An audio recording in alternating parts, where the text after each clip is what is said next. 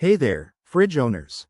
If you're staring at that pesky E7 error code on your 2025 Frigidaire fridge, you're in the right place. Today, we're breaking it down step by step so you can get your appliance back up and running without a hassle. First off, let's talk about what this error means. The E7 code typically signals an issue with the evaporator fan or a related sensor problem.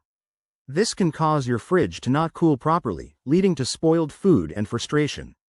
Now, why does this happen?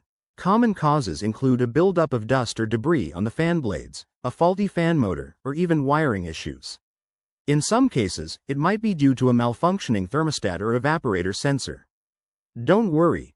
Most of these are fixable with some basic troubleshooting. Let's dive into the steps. Start by unplugging your fridge for safety and letting it sit for a few minutes. This gives the system a chance to reset.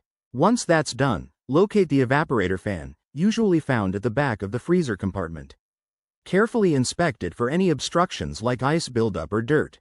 Use a soft brush or vacuum to clean it gently. If the fan doesn't spin freely, you might need to check the wiring or the motor itself.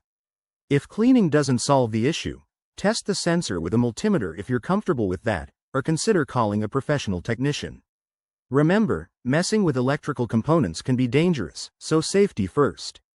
To prevent this error in the future, make sure to clean your fridge coils every few months and avoid overpacking the freezer, which can block airflow. Regular maintenance goes a long way in extending your appliance's life. There you have it, your quick guide to tackling the E7 error on your Frigidaire fridge. If this helped, give this video a thumbs up and subscribe for more home appliance tips. Stay cool, and I'll see you in the next one.